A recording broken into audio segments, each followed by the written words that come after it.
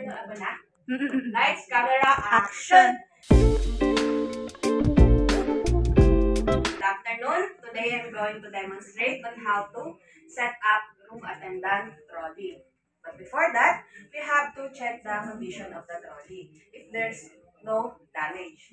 And after that, you need to clean and sanitize your trolley from top to bottom, both sides, and to the back.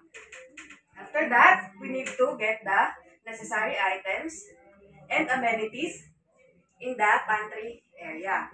On the top of the trolley, we have here the partition from bathroom amenities and room amenities.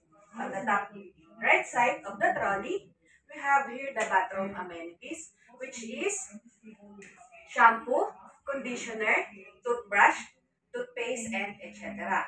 On the top left side of the trolley, we have here the room amenities such as coffee, coffee creamer, water bottles, and etc.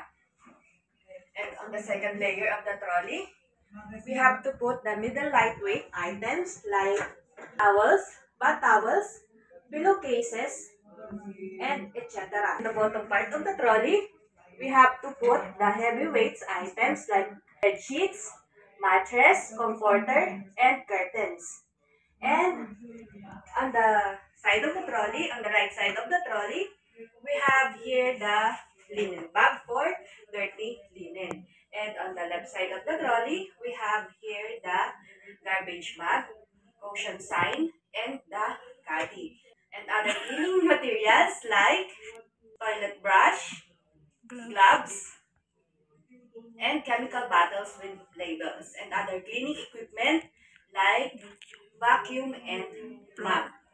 And after your duty, you need to put back the trolley in the pantry area.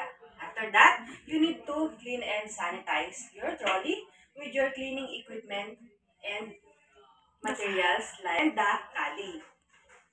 You need to refill the necessary items and amenities. And after that, you need to remove the linen bag and the garbage bag. The dirty linen should be brought to the laundry area and the garbage bag should be brought to the garbage area. And this is the end of how I demonstrate or set up the room attendant trolley and ready for the next shift.